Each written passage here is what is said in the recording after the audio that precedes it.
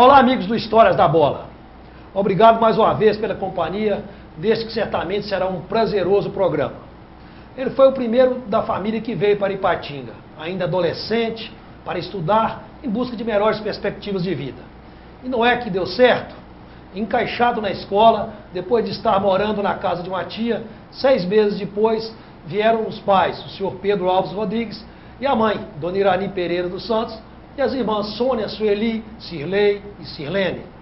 Este é um capítulo da bonita história de Silvio Alves Pereira, o valente volante Silvio, que construiu a sua história nos gramados em diversos clubes de Ipatinga e de Timóteo, e que depois de atuar com enorme eficiência no Tribunal de Justiça da Liga de Esportes de Ipatinga, chegou à presidência da mesma entidade, depois de ter atuado como vice-presidente de Adiel Oliveira, que precisou de afastar-se em razão da sua eleição para a Câmara de Vereadores de Ipatinga.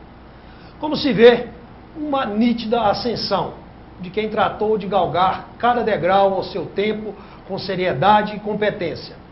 Com a profissão de advogado, Silvio Alves Pereira sempre conciliou os inúmeros afazeres e estudos que a atividade requer com o futebol. Nos momentos de bola, atuou como juvenil e juniores no Iguaçu e no Vale Minas. Aliás, no Vale Minas, onde foi campeão ipatinguense de juniores em 1985, feito inédito até os dias atuais. Depois, como jogador amador no próprio Iguaçu, na Cearia, foi um jogo só, mas jogou na Cearia.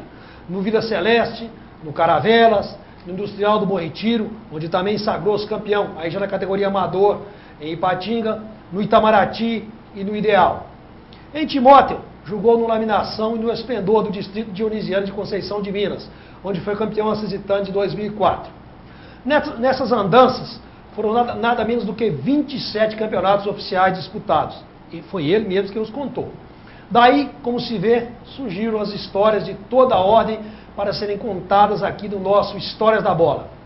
O Dr. Silvio nasceu em outubro, no dia 6 do ano de 1966, na sempre aconchegante Ipanema. É casado com Dona Marisa Sampaio, com quem tem as belas Ana Luísa e Laura Cristina. Da bola jamais se afastou, pois atua seguidamente em equipes massas de Ipatinga desde que disputou o último campeonato amador, em 2005, ainda lá no município de Timóteo. Fora das 4 linhas, como disse, sempre esteve ligado ao Tribunal de Justiça e depois à administração da entidade máxima de futebol ipatinguense.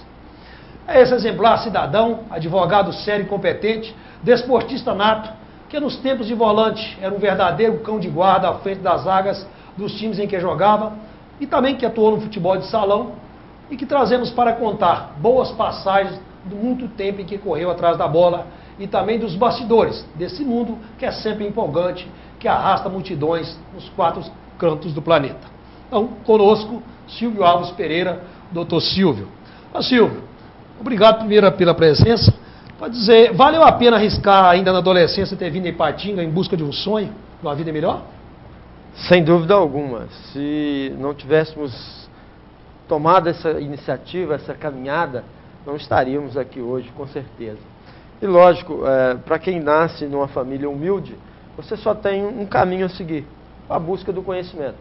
E aqui, naquele momento onde eu estava, o limite já tinha sido alcançado. Eu precisava de novos mundos. E sem dúvida que aqui, uma cidade que era próspera, muito próspera naquele momento, e estando alguns parentes, eu tinha o apoio que precisava.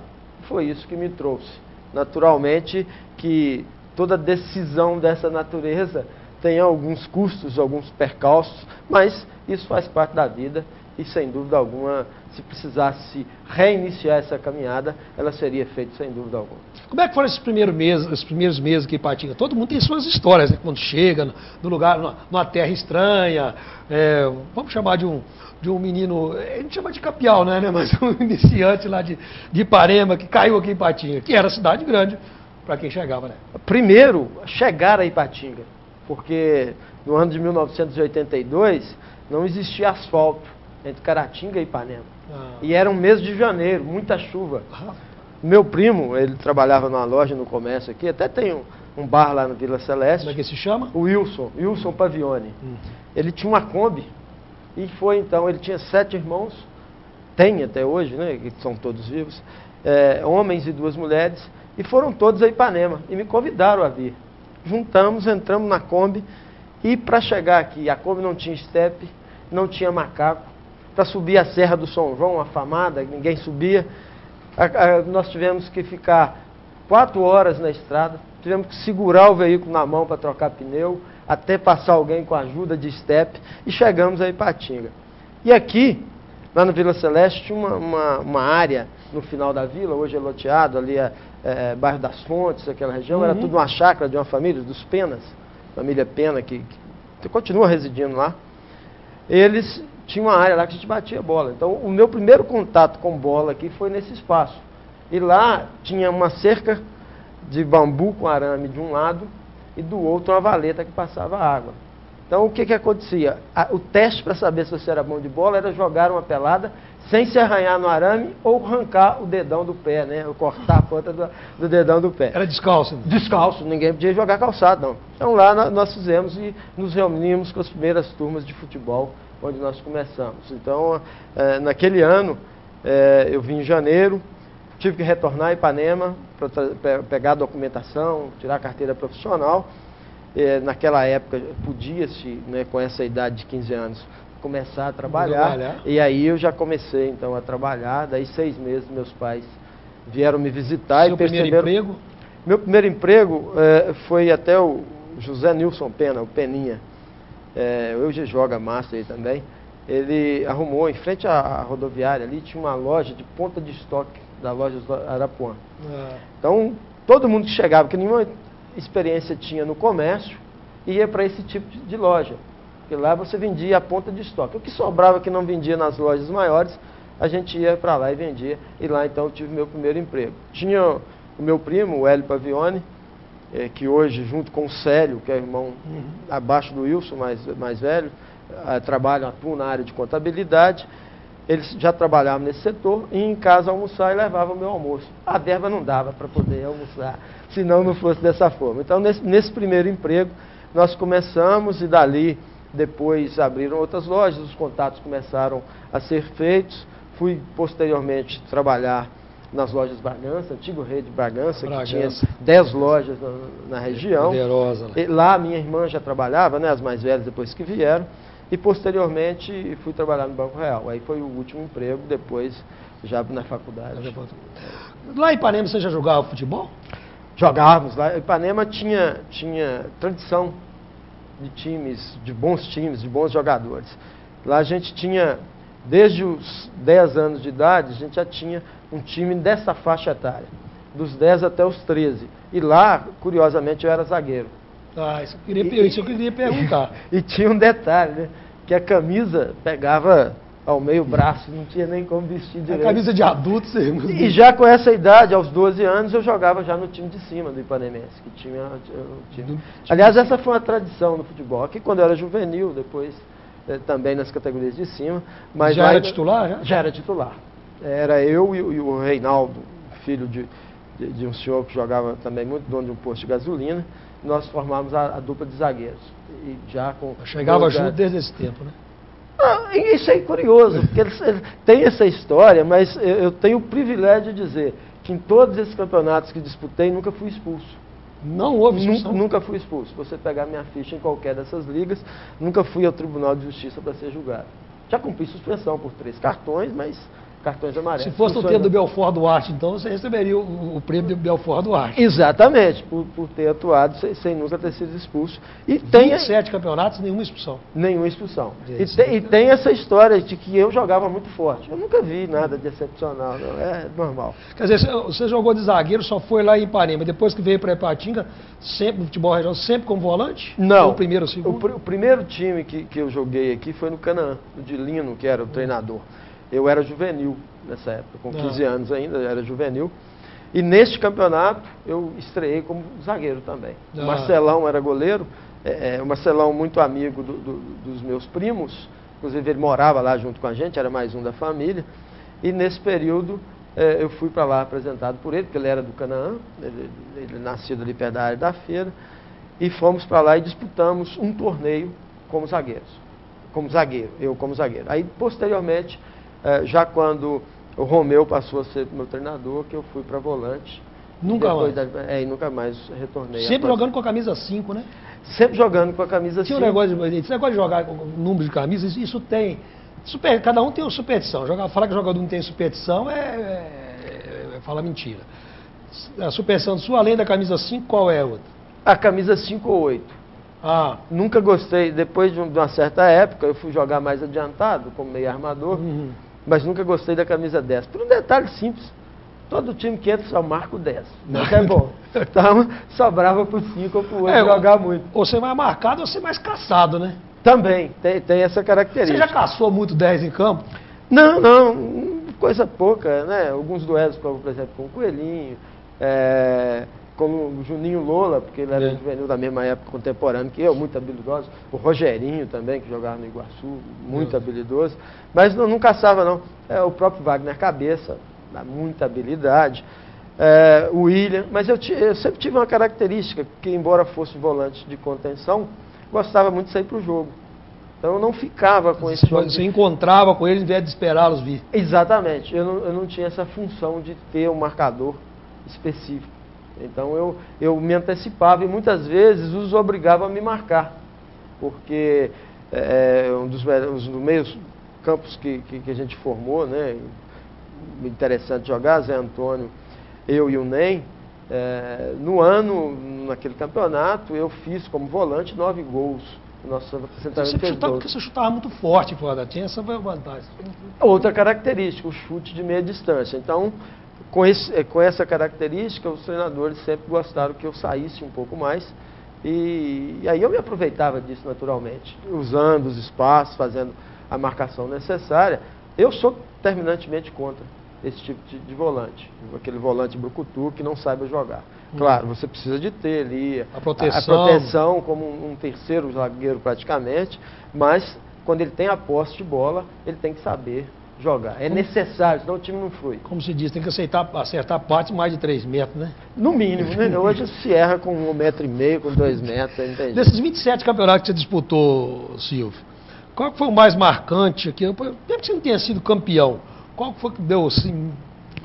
Olha, eu tenho para mim a minha melhor temporada pelo grupo. Foi o Itamaraty em 1992. Itamaraty. Nós chegamos à semifinal, perdemos para o Jabaquara, no campo da Cearia, no terceiro jogo de desempate, nos pênaltis. Depois, na semifinal de Ipatinguense. De Ipatinguense, depois do 8º pênalti para cada lado. Então foi o time mais completo que eu joguei. Você se recorda de alguns nomes daquele time? Sim, o time tinha o André no gol, o Andrezinho, que hoje é genro do Sopedro. Da época na Cearia. Isso, na Cearia não tinha a estatura que se exige hoje, mas tinha uma elasticidade fora de série. Pelo lado direito, costumava revezar, né? Tinha o Lau, que era o titular, às vezes a gente compunha com 3 zagueiros, mas normalmente era o Lau. Do lado esquerdo tinha o Boi, que jogava muito, do lado lateral esquerdo, foi o mesmo da época dos juniores. O meio campo era eu, o Ney e o Zé Antônio. Zé Antônio, né? O eterno Zé Antônio. E no ataque tinha a Mauri e o Beto. O Beto, não sei se você se recorda dele, porque ele parou logo em seguida. Até eles brincavam com ele, né? O Beto Bafo de Onça, disse que ele tocava o zagueiro só com bafo. Mas esse é papo de boleiro, né? E quem que era o treinador dessa época? Nessa época, complementando isso aí, o Josuaí, que era o treinador. Josuaí, um magrinho que depois passou a mexer com as categorias de base lá mesmo no Betânia, tentou na Uzipa, não deu certo. Mexe com música, banda de música na igreja. Lá era um conjunto de pessoas, eram 5 que atuavam, né? Tinha o Sopedro, tinha o Teodomiro, que permanece no Itamaraty até hoje. Então tinha uns apoiadores. E lá era interessante porque todo mundo jogava por amizade, e eles instituíram a premiação por cada partida, quem se destacasse como o melhor jogador. E a minha mãe guarda até hoje lá um relógio, né, daqueles grandes e tal, que eu ganhei numa das partidas. Quebrou o vidro, ficou amarelinho no fundo, mas está lá guardado. Dona Irani guarda lá. Guarda lá, Dona Irani. Mas então o Itamaraty de 92 é o time que Para não esquecer. Para mim é o campeonato para não me esquecer. É aquele campeonato até pelo nível das outras equipes. Um dos campeonatos mais disputados que eu vi aqui. Qual foi o seu melhor parceiro no meio de campo nesses anos todos? Sem dúvida, eu destacaria dois, exatamente nesse ano de 92, que foi o Zé Antônio e o Ney. Como o melhor em termos de raciocínio, de qualidade, o Zé Antônio. É um jogador com aquela visão ampla de jogo. Não precisava de você dizer a ele, pega ali, cobre aqui. Quando eu saía, ele já fazia. Ele era um meia, mas quando eu saía, tanto eu quanto o Ney, ele fazia cobertura e vice-versa. Por isso, considero que esses dois jogadores compuseram comigo a melhor forma de jogar, o melhor meio campo. Tive muitos outros parceiros, mas esses dois, sem dúvida. Foram os que marcaram.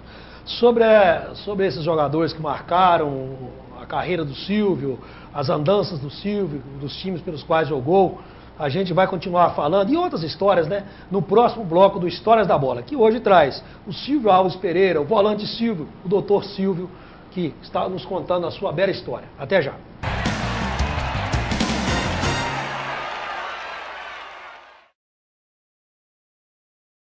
Não apague o sorriso de quem cuida da nossa cidade. Nossos agentes ambientais pedem a sua colaboração. Descarte seringas, cacos de vidros, espetos de churrasco, pregos e latas de conservas com os devidos cuidados. Embale-os antes do descarte. A gente cuidando da nossa cidade sem acidentes. Coleta Segura, o seu jeito de cuidar dos agentes ambientais. Vital Engenharia Ambiental. Você nunca viu, mas já ouviu falar. Não é um OVNI. Afrodite, 100% sexy shop. Venha conhecer o mundo de brinquedos para adultos. O amor nunca mais será o mesmo. Avenida Simão Bolívar, 1141, Cidade Nobre, Ipatinga. Fique bem informado com o Diário do Aço, o jornal de maior circulação em toda a região. Tradição, credibilidade e compromisso com o leitor estão em nossas páginas. Assine e leia o Diário do Aço, o veículo com a melhor equipe de profissionais e maior estrutura para apurar e informar com responsabilidade os principais acontecimentos. Acesse também a nossa versão online, www.diariodoaco.com.br. De volta com Histórias da Bola, que nesta edição traz o Dr. Silvio Alves Pereira, que se eternizou como volante Silvio, está jogando até hoje, né, nos Masters da vida, que hoje vem nos contando pelo menos alguns capítulos de suas passagens, suas andanças pelo mundo da bola. Uma delas, no primeiro bloco, nos confidenciou. Foram 27 campeonatos disputados e nenhuma expulsão. Isso é aves rara, com certeza, no mundo da bola. Silvio, você nos falava do time do Itamaraty de 92, que foi o inesquecível, mas eu acompanhei uma passagem sua no início da carreira, naquele título seu com o Vale Minas de 1985, com extrema dificuldade nos juniores, até o próprio campo do Vale Minas, já que não existe mais o campo do Vale Minas, é um campo meio que de terra, meio que de grama. Aquele título também parece que foi um marco, um divisor de água para vários jogadores que jogaram contigo naquela época. Sem dúvida. Agora, claro que eu fiz esse destaque de 92 em decorrência de já estar no Amadores. Mas ali foi um marco para o futebol ipatinguense, em 1985. Por um detalhe simples. O nosso time era uma equipe de renegados. Todos esses jogadores que tinham passagem por clubes grandes, considerados os grandes de Ipatinga. Era sobra, né? Sobra. Então, esses atletas, eles estavam no final do ciclo de idade para os juniores, com algumas exceções, como tinha lá o Rogério Pena, que estava com 17 anos ainda. Eu ainda tinha mais um ano de juniores. Mas a gente tinha lá o Rubinho, que era da Uzipa, jogou a vida toda na Uzipa. A gente tinha o Mazola, tínhamos o Charles, que foi centroavante na Ceará há muito tempo, o Elton. Então, jogadores que tinham um objetivo, que era ser campeões. E o Odilon, que não mais está junto conosco, conseguiu reunir essa turma, esse grupo. E por um acaso, o seu Joaquim, lá de Ipanema, me conhecia. o menino dele, o Robson, estudava comigo, eu estudava no João Wesley na época, e me convidou para ir para essa equipe. E lá sim, lá nós formamos um grupo que conseguiu se juntar as peças perfeitas para o tabuleiro, onde todas funcionavam. Quem que era o técnico daquele time mesmo? Odilon. Odilon. Odilon, já falecido, ele treinou Vila Celeste. Ele morava ali à direita da ponte da Vila Celeste, faleceu já tem uns 8 anos, acredito 8, 10 anos. Mas ele conseguiu então esse grupo de amigos para fazer frente ao Zipa e a Cearia, principalmente, e o Iguaçu. O Iguaçu naquele ano montou um... Eram os poderosos da época. E costumo dizer ainda, né, que agora não, que houve um resgate nos últimos 6, 8 anos. Mas a última geração de jogadores amadores que tiveram origem nas categorias de base em Ipatinga estava naquela geração. Tanto que os títulos seguintes, até início da década desse milênio, né, de 2000, sempre passava por aquele ciclo. Para se ganhar título tinha que ir naquele ciclo.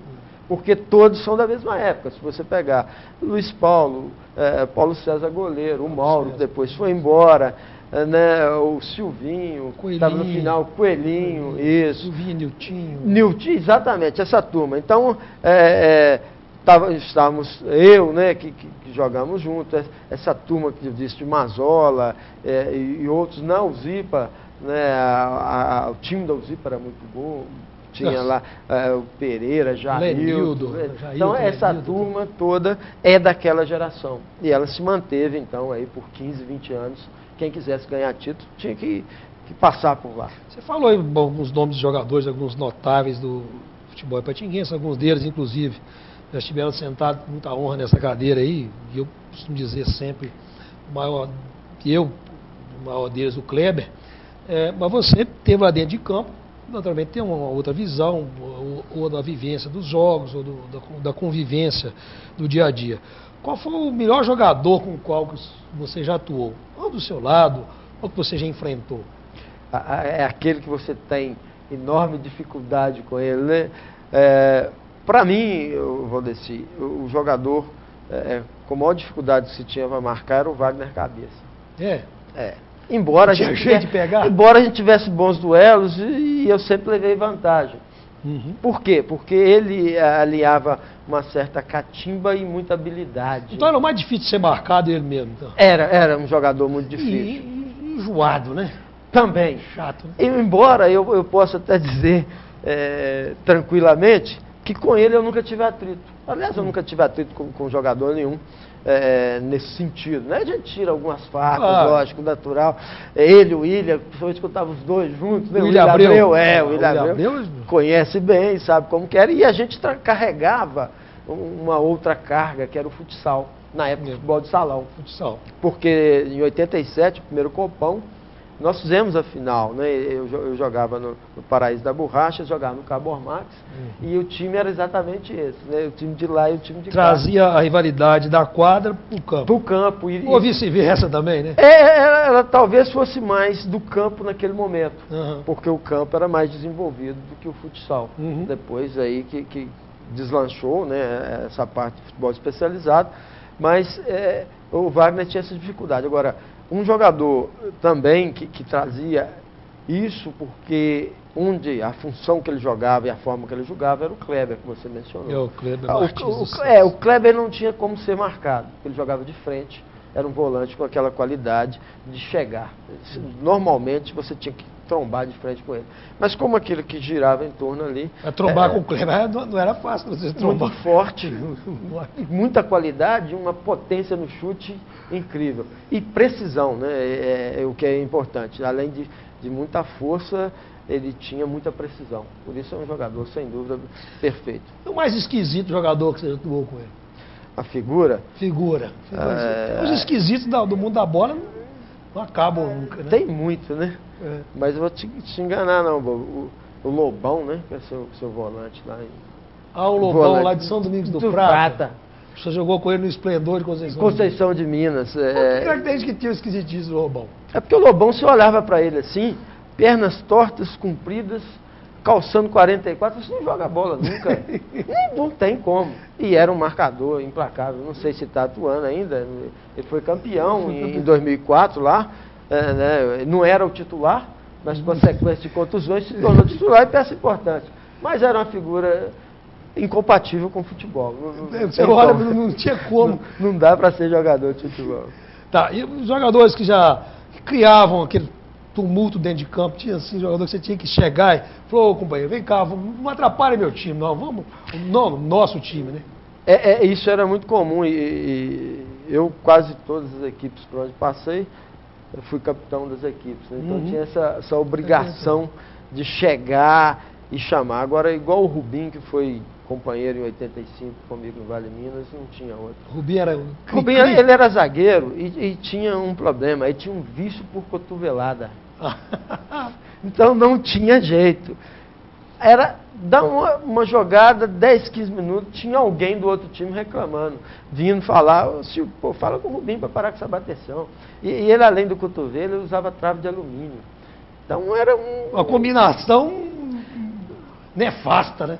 Em 85 nós tivemos aquele time, em 86 repetimos a equipe e trouxemos o Gilmar Carneiro. Então a dupla de zaga era Gilmar Carneiro e Rubinho. Daí era duro. O Marcinho lá do Paraíso, né, que centroavante, que é a época da UZIP.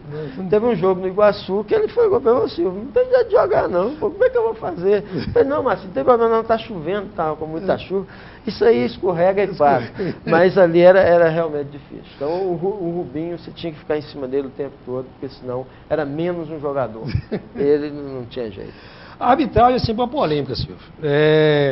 Você acha que a arbitragem ela é injustiçada porque é muito cobrada? Ou faz parte do processo da bola reclamar de arbitragem, encher o saco da arbitragem?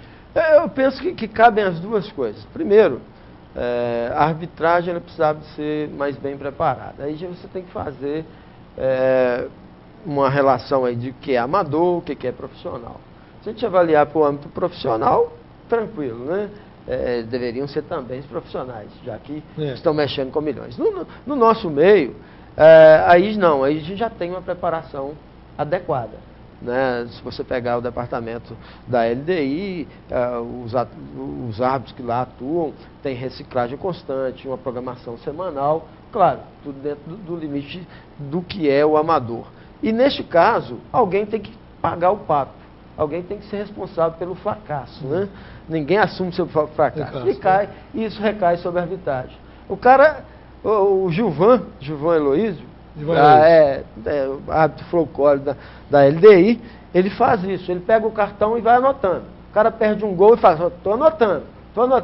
Depois, não vai falar que foi aquele lance do árbitro que fez diferença. Ele tem essa característica. Ele tem essa característica, essa mania. Estou anotando. Na hora que eu dou um errinho, você me enche o saco, mas você erra 8 vezes. 8 vezes não tem problema nenhum. Então é isso que acontece com a arbitragem. Às vezes sua equipe cria 8, 10 oportunidades do jogo, não converte nenhuma, e o árbitro erra uma vez e ele é o responsável. Então é mais cometer injustiça com a arbitragem, porque ele está no mesmo âmbito dos atletas, ele está envolvido com a mesma emoção, ele tem o mesmo preparo, e com um detalhe, como o atleta erra, ele também está sujeito a esse erro.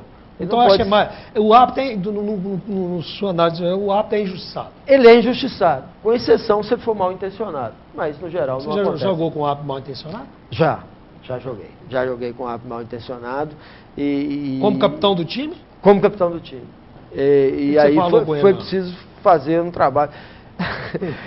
Conseguiu reverter o processo? Não teve jeito? Não, até que conseguimos, alertando a nossa equipe. Né? Então o trabalho foi feito mais em relação à minha equipe, à nossa equipe, do que a própria arbitragem. Porque se ele estava mal intencionado, ele não ia jamais mudar de posicionamento. Então alertamos os jogadores porque o árbitro mal intencionado, o que ele faz?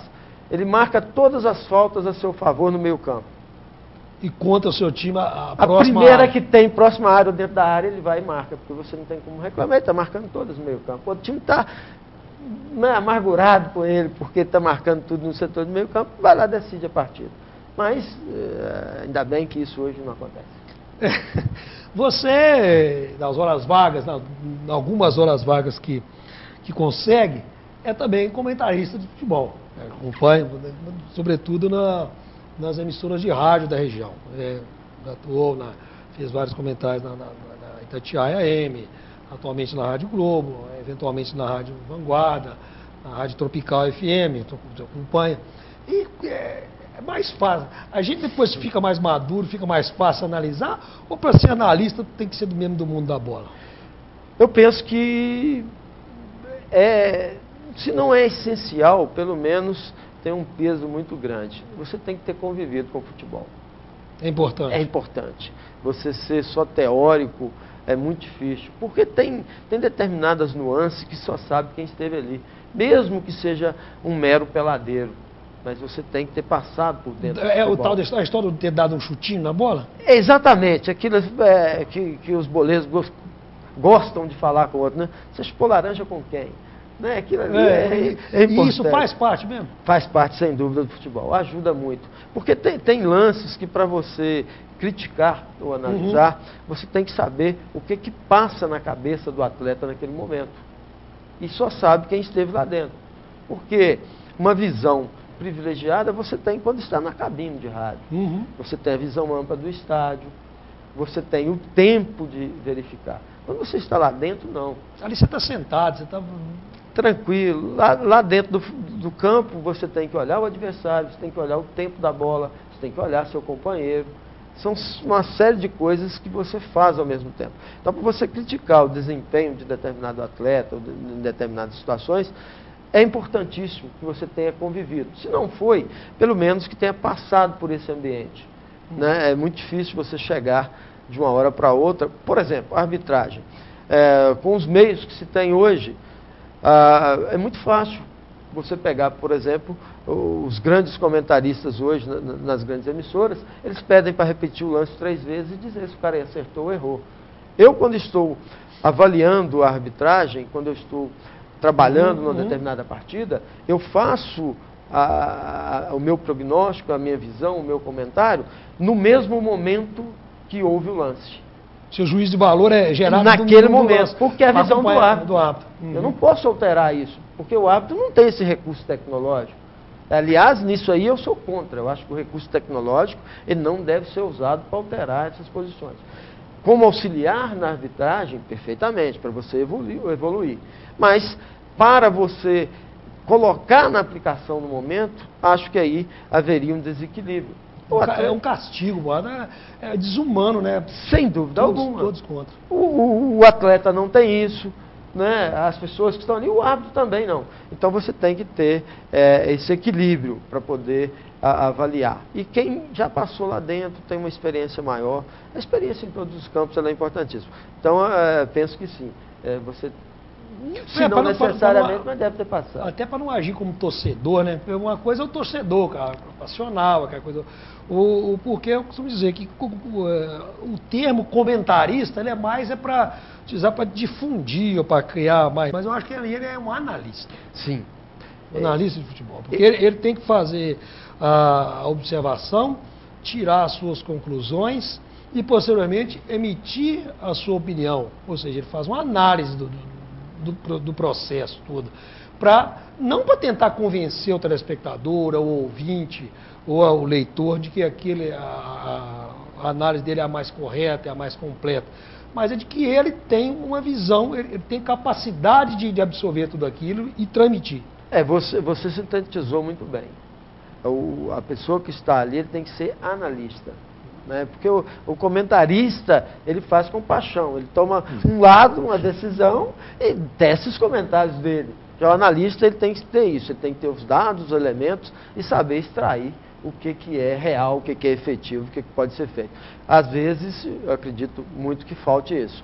As pessoas estão trabalhando mais como comentaristas do que analistas e aí se comete muita injustiça. E claro, o torcedor que é emotivo, ouve aquilo e dói, né?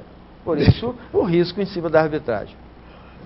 Sobre essas situações do mundo da bola, sobre essas conclusões, sobre essas experiências, agora, no outro campo, no outro mundo, no mundo diretivo, e também no que traz o mundo do direito das leis, ao qual o Dr. Silvio é ligado, é profissional da área, a gente vai falar no próximo bloco do Histórias da Bola, que volta daqui a pouco. Até já.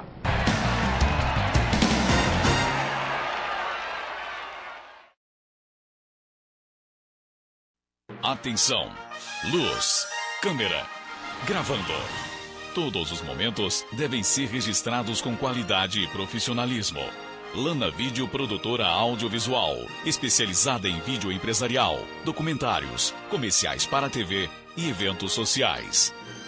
A equipe Lana Vídeo lhe atende com profissionais capacitados para fazer o melhor registro do seu evento. Lana Vídeo Produtora Audiovisual. Ligue e agende uma visita. 38216992 ou acesse lanavideo.com.br. O Grupo Dijafer se consolida pela qualidade de seus produtos. Dijafer, ferro e aço em Fabriciano e aço nobre em frente à passarela do Iguaçu em Ipatinga. Ferro e aço para construção, serralheria e usinagem, metalons, perfis para estrutura e eletrodos no atacado e varejo. Máquina de fabricação própria de telhas sob medida. Dijafer, construindo um vale de ferro e aço. Avenida Tancredo Neves, 553, Coronel Fabriciano. Aço Nobre, Rua Pedras Preciosas, 25, Iguaçu, Ipatinga. Se você não quer ter dor de cabeça na hora de fazer os seus serviços gráficos, procure a Gráfica Arte Publish. Moderno parque gráfico com profissionais atualizados, prontos para atender com rapidez, a cortesia e a pontualidade que o mercado exige. Gráfica Arte Publish, sinônimo de qualidade em serviços gráficos. Atendimento em sede própria, com assessoria jornalística, fotolito eletrônico e criação de peças publicitárias. Gráfica Arte Publish, mais que impressão, impressiona. Arte Publish, Avenida Londrina, número 400, bairro Veneza 2, Ipatinga. Telefone 3828-9020. artepublish@artepublish.com.br. A API oferece aos seus associados e dependentes no Clube dos Pioneiros um amplo salão de festas para vários eventos e serestas todas as sextas-feiras. Salão de jogos, sauna, cursos profissionalizantes, área assistencial, 2 campos de futebol society, quiosques com churrasqueiras e ampla área calçada para estacionamento e eventos externos. Na sede administrativa própria no Areal, consultas médicas gratuitas, tratamento dentário em parceria com o COI, exames laboratoriais e assistência jurídica. A API, Entidade de Utilidade Pública Federal desde 2009. Uma entidade administrada com visão de futuro.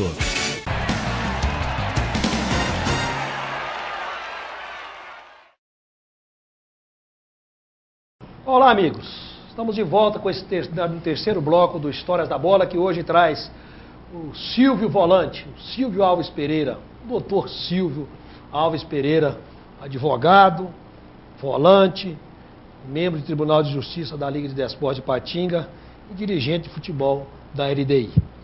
Silvio, vamos agora nesse bloco puxar mais para o campo de atuação profissional, que você, conforme eu disse na abertura, jamais deixou de lado as hostes jurídicas, mesmo tendo sido um efetivo jogador no futsal ou no futebol de campo, mesmo depois que parou de jogar, nos Masters, enfim. Como é que surgiu essa paixão pelo direito? Como é que você resolveu virar advogado, um julgador fora da linha? Olha, eu tenho alguns fatos curiosos na vida, e uma delas é essa, em relação à escolha profissional. Eu nunca fui de muito planejamento a longo prazo. Eu desejo isso, eu quero isso. E com a escolha profissional foi da mesma forma. Eu, como disse no primeiro bloco, vim para Ipatinga para estudar.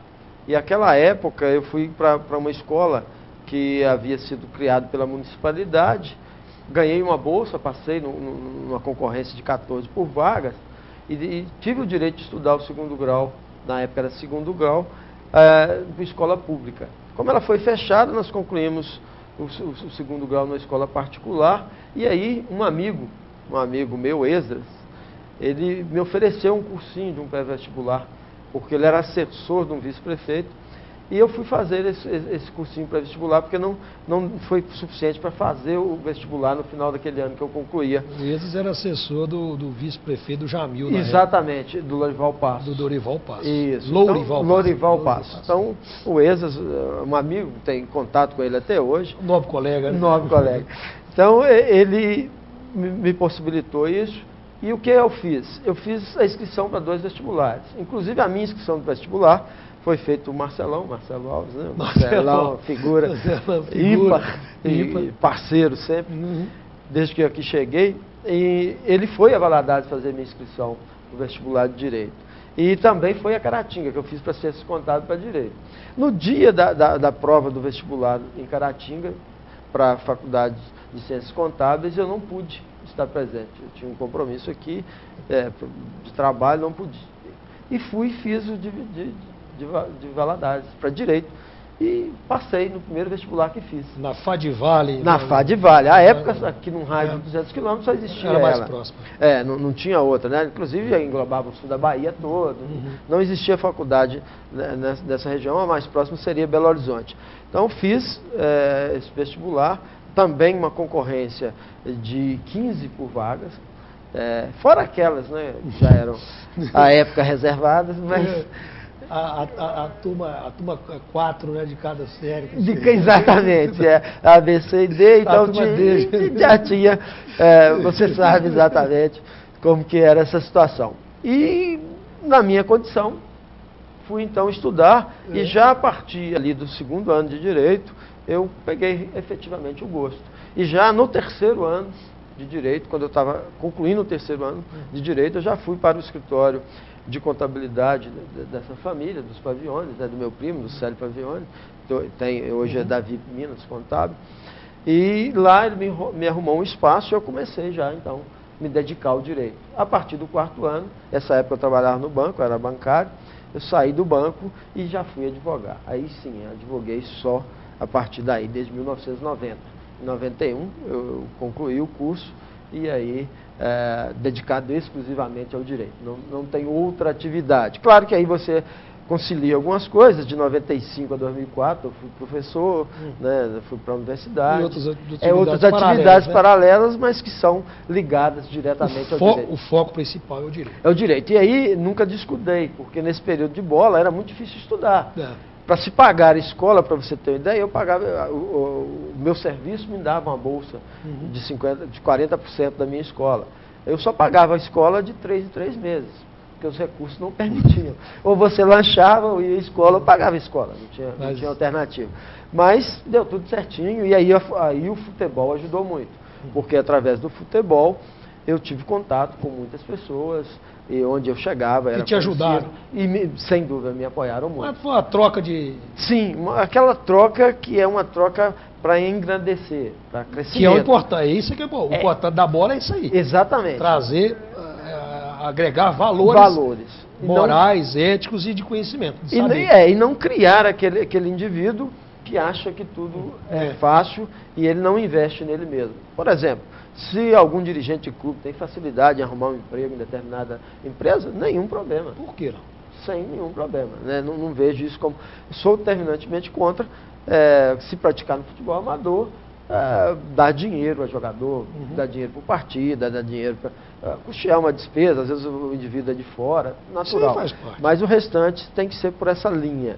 Você tem que incentivar a ser alguém na vida, depois caminhar com as próprias pernas. Aliás, isso no futebol profissional também começou a ser visto, né? Porque antes não.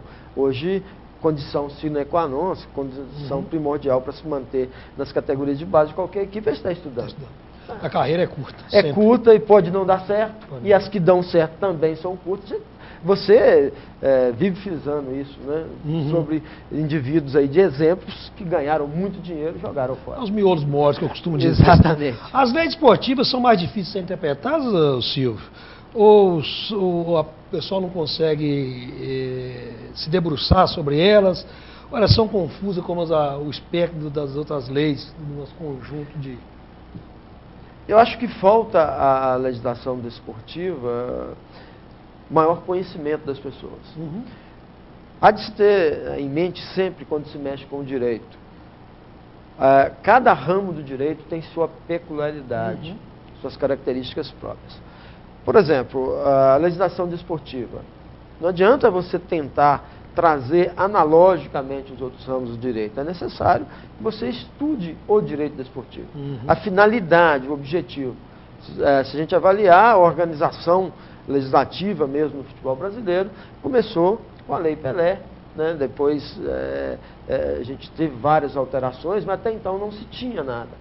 E nesse aspecto, eu me considero privilegiado, porque no final da década de 90, a gente teve a oportunidade de montar o segundo currículo de faculdade com o direito esportivo, que foi aqui na região, e que se mantém até hoje, né, no currículo dessa faculdade, para o curso específico com direito esportivo, que até então não era visto. Você colocava um tópico dentro do direito em geral e tinha uma parte apenas que se dedicava ao direito esportivo.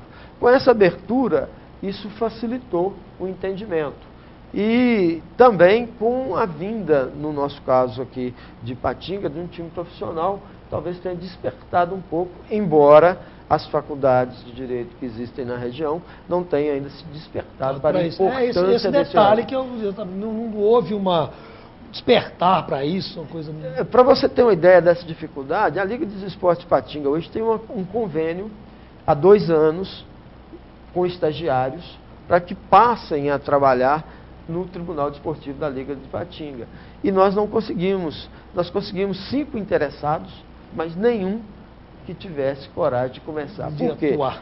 Falta levar ao conhecimento do mundo acadêmico que esse é um ramo do direito próprio, específico, como é o direito ambiental, como é o direito eleitoral, como é o direito do trabalho, que precisa ser explorado e que tem espaço para ser explorado. E tem perspectivas, vamos dizer, mercadológicas. São promissoras, sem dúvidas, essas perspectivas. Por quê? A tendência é, de cada dia, o direito se especializar mais. E o direito esportivo, como surge neste ramo, nessa seara, ele precisa ser explorado. Vou te dar um exemplo. O direito esportivo, você só pode atuar em outro ramo se primeiro exaurir a parte do direito esportivo. Né? Então, nos outros ramos, isso não é necessário. A Constituição garante o acesso. Já vai direto pedir liminar, etc. Exatamente. Mas para o direito esportivo, ele diz que primeiro tem que se exaurir a esfera do próprio direito esportivo. E é por isso que a Liga dos Esportes de Ipatinga se organizou, criou, né, uma estrutura própria que causa inveja até às federações profissionais que não têm essa estrutura. Como é que você atuou no Tribunal de Justiça por muito tempo, participou do processo de reestruturação do Tribunal de Justiça?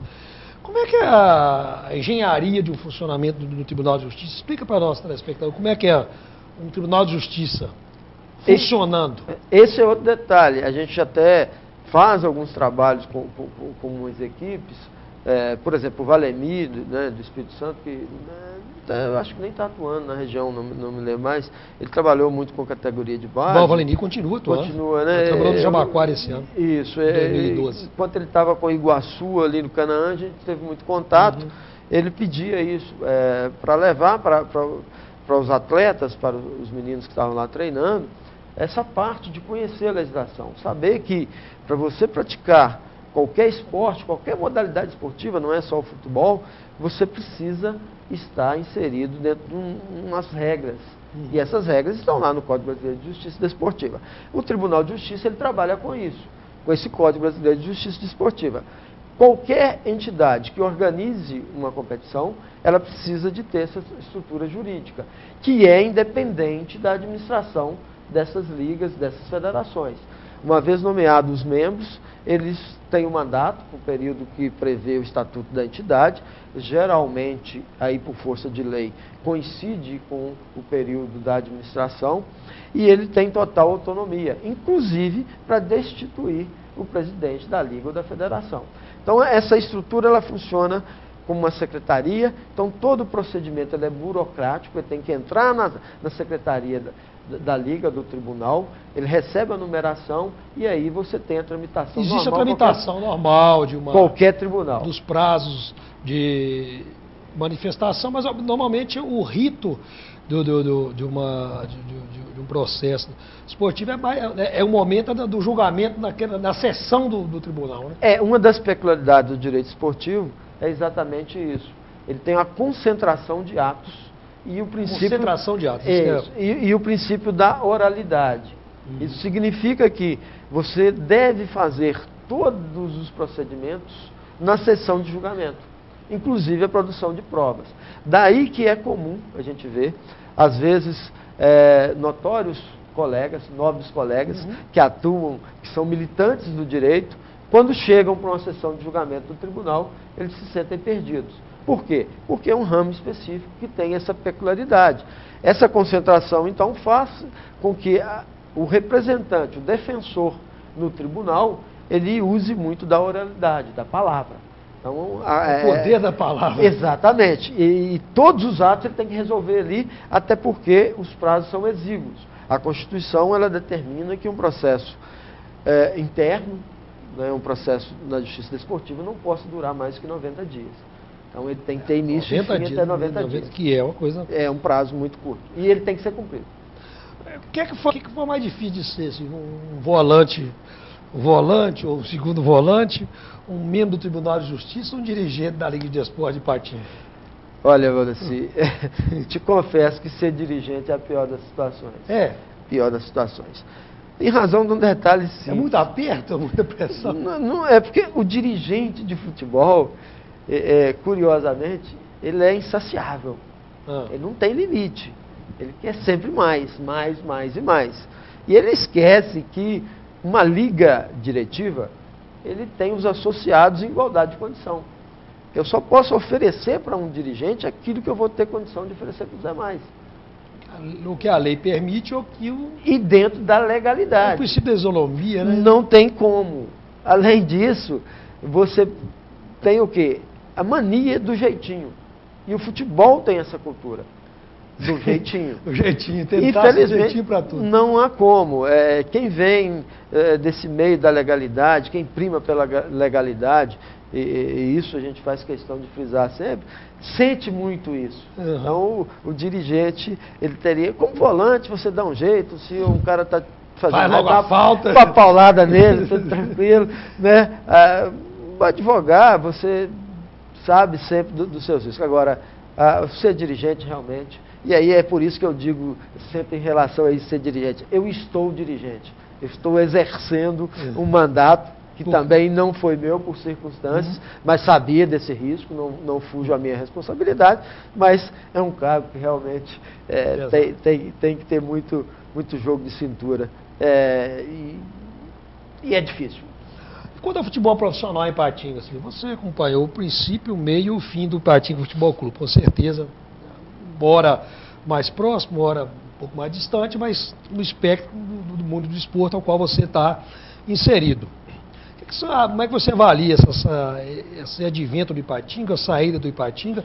Se isso faz alguma diferença, se o Ipatinga fez alguma diferença para o futebol amador, se vai fazer alguma diferença a saída dele, como é que... Eu penso, a relação.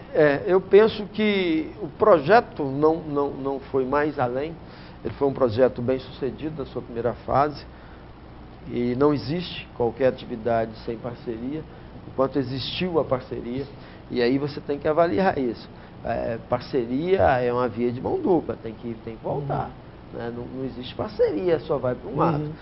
E neste aspecto, acho que foi a grande falha, por isso houve a interrupção desse projeto.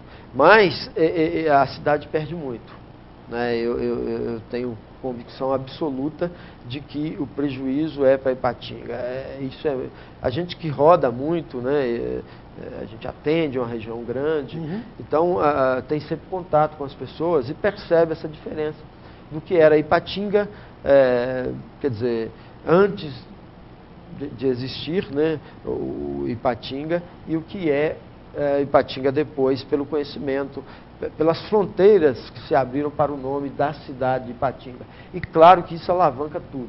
Para o futebol amador, penso que faltou esse estreitamento de relacionamento entre o Ipatinga e o futebol amador. Link, vamos chamar um link. Exatamente. Não funciona onde se tem um futebol amador forte como Ipatinga, um isolamento de uma equipe profissional. E é o que aconteceu com o Ipatinga. Essa é a minha visão. Por quê? Porque se você observar a distribuição das equipes, elas são bairristas. Você quase que forma uma equipe no bairro e aí ela representa aquela comunidade. O meio que você tem, então, de se aproximar dessa comunidade e atrair o tão sonhado público, está próximo dele. É o alvo do futebol. Exatamente. Que dia que o Ipatinga se dispôs a levar a sua equipe profissional para se apresentar, né? Para jogar não, para se apresentar. Seu terceiro time para jogar lá no campo de Itamaraty, um coletivo. Fazer aqui, ó, nós uma aqui, apresentaçãozinha, ó, de Miguezinho lá. O Betânia, o Itamaraty, eles treinam aqui às 16 horas, não está aqui às 15h30, então, né? Para aproximar, e aí sim você se familiarizar. Você talvez não se lembre, mas é possível que sim, de um período anterior, em razão do seu afastamento, mas o futebol amador, quando era exclusivamente amador aqui, a gente tem que voltar à época do João Elias, na diretoria da Liga, João Elias e Neto, exatamente. Ele promovia os grandes eventos e os campos eram cheios, a Liga vivia desses recursos angariados com essas partidas, mas por quê? A seleção, a equipe que jogava era a seleção amadora da cidade. Então o torcedor do Iguaçu, do Ideal, né, na época tinha Vasquinho, dessas equipes tradicionais, da Uzipa, da Cearia, todos iam para o estádio, porque lá tinham seus representantes. Tinha aqueles jogadores que eles conviviam com eles todo dia e iam ter contato com jogadores profissionais. Eu penso que faltou isso. E qualquer projeto que vier para Ipatinga, que venha tentar substituir, ele precisa passar por isso. Tem que fazer junto com as equipes amadoras. Se vai aproveitar um jogador ou não para ser profissional, é outro detalhe. Outra história. Mas precisa passar por isso. Em relação a ajudar o futebol amador, sem dúvida alguma, que isso motivou, isso fez a meninada voltar. Ajudou bem, contribuiu. Entendo que ajudou muito. Em razão daquele espaço que eu te disse. Ficou-se muito tempo sem essa categoria de base. Realimenta o sonho de todo mundo se tornar um jogador de futebol. Né? É porque ele quer se apresentar, né? Tem onde se apresentar. Então, para o futebol amador, sem dúvida que houve um crescimento e até nos forçou, quem é dirigente do futebol amador, a se organizar mais. Que foi mais importante. Tio, eu fiquei muito feliz em ter trazido você ao nosso Histórias da Bola, que pena que ele não consegue, no contexto do programa, contar todas as suas histórias, todas as suas passagens. Mas foi muito bom, muito obrigado por ter vindo. A gente sabe que você tem muito ainda a contribuir para o mundo da bola e que continue com esse mesmo de maneira despojada para somar no contexto do futebol ipatinguense, do desporto Vale do Aço de maneira geral. Muito obrigado e fica aqui, né, a nossa mensagem tranquila de que o desporto amador é isso, é entrega, é paixão. Você deve fazer aquilo que gosta e a gente que está no meio, a satisfação é sempre essa, ver todos felizes. Então, vale a pena sempre você praticar qualquer modalidade esportiva. Muito obrigado pela oportunidade. Exatamente sobre essa paixão, sobre essa alegria que a gente tem aqui e usa para trazer até você, telespectador do Histórias da Bola, todos esses convidados com toda essa bagagem, com todo esse conteúdo, como foi hoje, o Dr. Silvio Alves Pereira. Mais um a somar para você, para nós, no Histórias da Bola, que volta numa próxima oportunidade, no próximo programa, trazendo alguém do quilate do Dr. Silvio Alves Pereira. Muito obrigado pela companhia e até a próxima. Fica tranquilo.